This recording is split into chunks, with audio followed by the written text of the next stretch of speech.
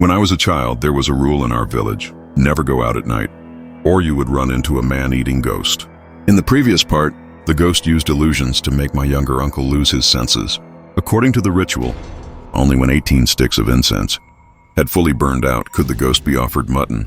But my uncle, in his days, brought the mutton from the storeroom out too early. The moment the ghost ate the meat, the 18 incense sticks went out all at once.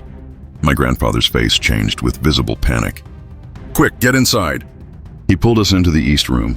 My uncle finally regained his senses, his face pale with fear. "Dad, what's going on? What happened?" I kicked him hard out of anger. This is all your fault. "Do you want to get the whole village killed?" But my uncle looked blank. He had no memory of what had just happened. Sighing, I asked my grandfather in despair, "Now what? What should we do?" The old man's face was grim. "This ghost has lingered in the village for decades, always searching for his son. If we help him find his son, this matter will be settled. But it's pitch dark outside. Where can we find his son?" He looked at me sharply. "Tonight the ghost will knock on the door 3 times. The first time he'll call for Little Buffalo, asking him to help find his son's clothes. No, Little Buffalo is only 6 years old. He can't go out. I'll go instead." "No, it must be Little Buffalo." "Why?" "If you want to live, do as I say. Little Buffalo, don't be afraid. As long as you remember my words, the ghost cannot harm you." "What words?" I asked nervously. "You must lead the ghost to the abandoned graveyard behind the mountain. There's a dry well there. Inside the well lies a red piece of clothing. You must retrieve it within half an hour. Remember, no matter what you see or hear, do not speak to the ghost." "I understand," I nodded. "Is there no other way, old man? What if we just bar the door and refuse to open it?" "No. If we don't open the door, the ghost will break in, and we'll all die." Before I could speak again, a heavy knocking echoed at the door. Thump, thump, thump. A chilling voice called out, "My son's clothes are missing. I want Little Buffalo to help me find them." The voice was that of an old woman, cold and sinister, sending shivers down my spine. I instinctively stepped back. "Little Buffalo, don't be afraid," my grandfather whispered. "Remember my words.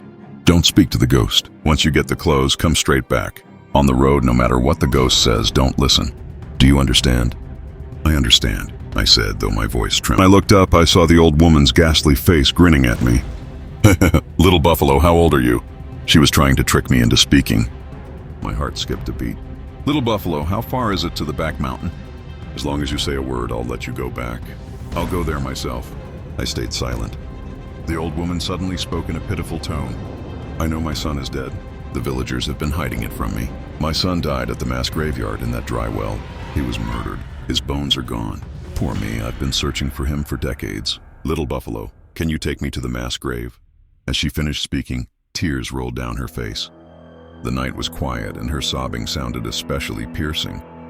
I covered my mouth with my hand, not daring to make a sound. "My son was murdered. I know who killed him, but I can't find his home. Little Buffalo, can you take me to his house? I beg you." I ignored her and broke into a run. But after only a few steps, I fell hard to the ground.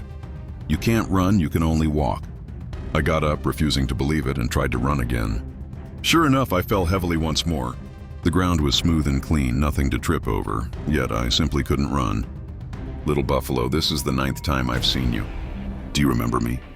I stared at the old woman for a few seconds, then instinctively shook my head. Seeing my reaction, the old woman looked very pleased. "Little Buffalo, how old are you? Tell me and I'll give you some sugar candy." She pulled a few candy balls from her pocket. But I noticed her fingernails were long and sharp, looking terrifying. I didn't say a word and strode toward the back mountain. After a long walk, I finally reached the mass grave. There were many dead chickens and ducks lying around, and countless unmarked mounds of earth, the place looking eerie and gloomy. I carefully stepped through the graveyard, searching for the dry well. I clearly remembered it being huge, yet now it was gone. Little Buffalo, what are you looking for? What are you looking for?" Her voice grated on my nerves. Just as I was about to open my mouth to reply, I suddenly saw the old woman standing right beside the dry well. Her face was twisted with a hideous expression. Her eyes filled with malice as she stared at me. A cold sweat broke out across my back. No wonder I couldn't find the dry well. It turned out I had stumbled into a ghost's trick.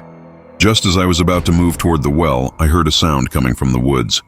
Chendafu walked out, one hand supporting his waist as he muttered, Ayo, my old back, almost broke it. After saying this, he finally noticed me. Little Buffalo, what are you doing at the mass grave so late at night? Where's your grandpa? Frightened, I shook my head.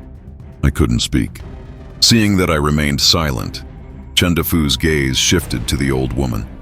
Madam, I don't recognize you. What are you doing here at the graveyard? The old woman also smiled. But the way she looked at Chendafu was greedy, like she wanted to devour him. Chendafu sensed something was wrong. Panicked, he hurried down the mountain. The old woman's face twisted into a sinister grin as she slowly drifted after him, as though chasing him. Terrified, I rushed to the dry well. It had been filled with yellow earth. On top of the dirt lay a piece of red clothing. Picking it up, I realized it was a red burial robe. The sight made my skin crawl. Clutching the robe, I quickly headed down the mountain. My pace had obviously quickened, and strangely, the old woman did not follow me. But when I finally reached the village entrance, she was there waiting. The corners of her mouth were smeared with blood, and on the ground lay Chendafu's blood-soaked clothes. Her eyes gleamed with a strange light as she stared at me. Little Buffalo, what did you find?